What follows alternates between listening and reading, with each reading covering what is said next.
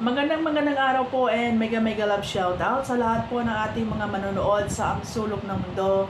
Ito na naman po si Kapitana Nihays ang magbibigay ng reaction and point of view tungkol dito sa pangyayari sa kay Edrica, ayan. Kay Erica pala, ayan. Pero syempre bago po ang lahat, gusto ko munang batiin ng mega love shoutout ang tatay at ang founder ng Kalingap na si Kuya Val Santos Matubang, si Kalingap Rab at saka si Ate Edna at sa buong Kalingap partners, vloggers at sa mga kapwa ko reactors. Ayan. So eto na nga. Dahil hindi matigil-tigil itong si Antibactidol, ngayon parang makukuha na yata yung kanyang premyo. Ayan, no? So, hindi ko maintindihan kung anong klaseng merong galit itong si Antibactidol dito kay Erica. Kung bakit parang hindi talaga niya matanggap-tanggap, no? Aminin na natin na siguro ang isa sa mga dahilan kung bakit talagang sinisiraan nitong ni Antibactidol itong si Erica dahil hindi nila matanggap-tanggap na medyo sabihin natin medyo nauungusan ni Erica si Reyna, di ba? At saka syempre si Edo andito na kay Erica, di ba? Hindi kasi nila ewan ko dito kay Antibactidol, pinipilit nilang ipare si Reyna sa kung kani-kanino.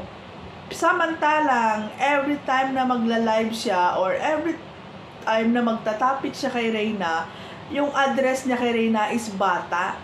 Bata. So, ibig sabihin, yung pagtrato nila kay Reyna is talagang bata. Pero bakit hindi ninyo matanggap-tanggap na si Edo ay nasa kay Erica na at pilit ninyong sinisiraan si Erica? Alam mo, Antibactidol, mahal na mahal ng Kalingap community si Reyna. Kahit yung mga taga Rochelle, yung mga taga Edrica, mahal na mahal si Reyna at masaya ang Kalingap na makakasama si Reyna sa kahit anong okasyon or kahit na anong gatherings ng Kalingap. Hindi nyo ba nakikita yon? Alamin nyo kung totoong maka-Reyna kayo, solid Reyna kayo at mahal na mahal nyo si Reyna, dapat focus kayo kay Reyna. Hindi yung nagpo-focus kayo dito sa iba at sinisiraan ninyo, na pinapakita ninyo na talagang parang nagsiselos kayo na ayaw ninyong masapawan. Samantala, itong si Reyna walang kamuwang-muwang sa mga pinagagawa ninyo. Wala sa isip at sa puso ni Reyna ang tinatawag na kompetisyon or wala sa isip ni Reyna ang tinatawag na selos or insecure. Ang nasa isip ni Reyna ngayon is yung magiging masaya siya, meron siyang nakakausap, meron siyang nakakalaro, at talagang nag-i-enjoy siya dito sa community ng Kalingap. At nakikita naman natin lahat kung paano siya tratuhin ni Kuya Val, ni Kalingap Rab, at ng buong Kalingap partners. Yung kahit, nakikita nyo naman, kahit sino ang makakasama ni Reyna sa Kalingap Boys is talaga namang special ang pagtrato sa kanya, di ba?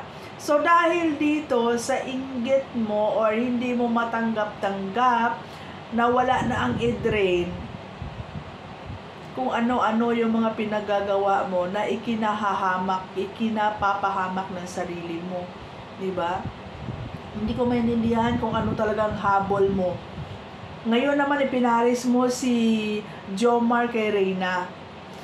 Ang sabi mo, kuya, di ba? Ang sabi mo, magkuya.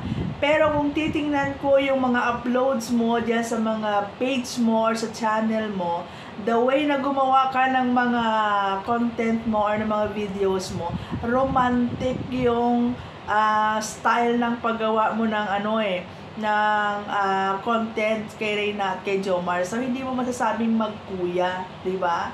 Meron kayong meron kayong intensyon kung bakit pilit ninyong pinapare si Reyna sa kung kani-kanino.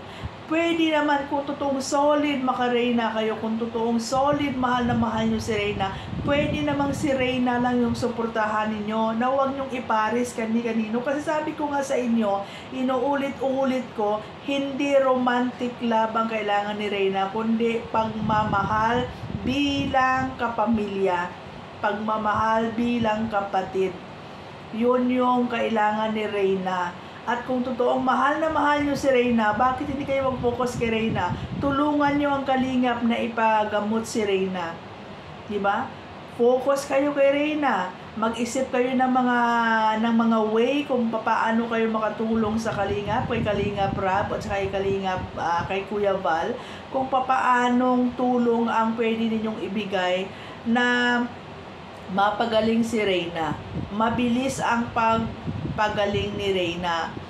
Para kung gusto ninyo na makasabay si Reyna dito sa mga Kalingap Angels, at talaga namang si Reyna isa sa mga Kalingap Angels, hindi nga lang si Reyna makasabay dito sa mga tinutulungan ng Kalingap na kagaya nila ni Dara, ni Joy, ni Rachel, at saka ni Erica, kasi nga hindi si Reyna makasabay sa kanila. Kumbaga yung level ng pag-iisip ni Reyna medyo late, no? Medyo late, kaya hindi siya makakasabay dito sa mga Kalingap Angels. So kung totoong mahal na mahal nyo si Reyna, bakit hindi kayo mag-focus? Bakit nakafocus kayo dito sa iba at sinisiraan ninyo? Kawawa naman itong si Erica. Napakabait ni Erica para gawa ninyo ng mga ganyang-ganyang kwento. Sabi nga ni Erica, wala naman siyang pakialam sa inyo, pero sumusubra na kayo eh. Diba? Sumusobra na kayo at below the belt na yung paninira ninyo, to the point na gagawa pa kayo ng mga picture, mag-i-edit kayo ng mga picture na talagang ikasisira ni Erica. Diba? Hindi ko alam kung ano talagang meron. Hindi naman inaaway ni Erica si Reyna. Actually, maganda yung treatment ng lahat para kay Reyna, diba?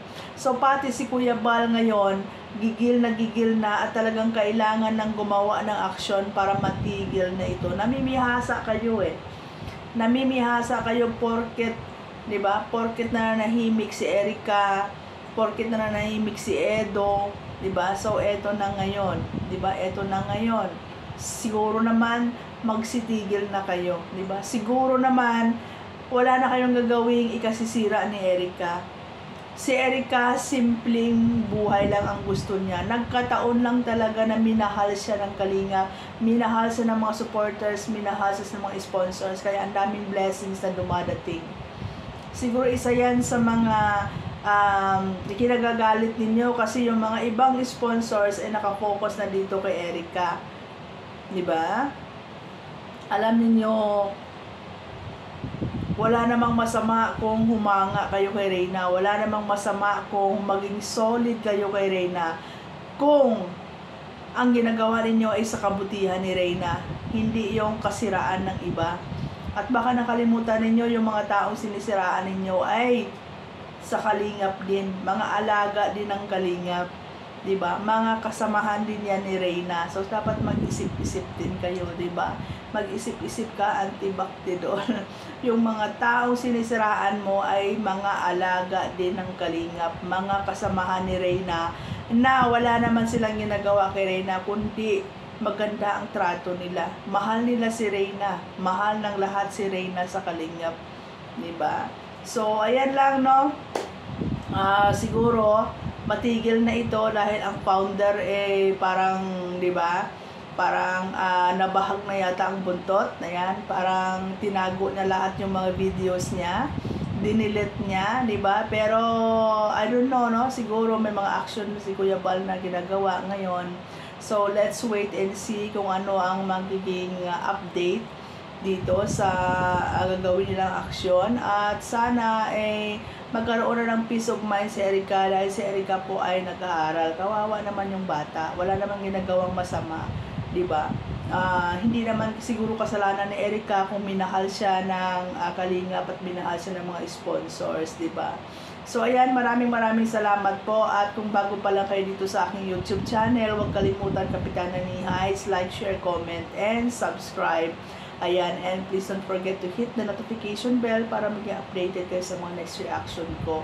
And syempre, huwag kalimutan din po na i-subscribe natin sa mga hindi pa nakasubscribe sa channel ni Kuya Bal Santos Matubang, kay Kalinga Rafi Ate Edna, at sa buong Kalinga Partners, YouTubers, and mga reactors. Ayan, maraming salamat and God bless.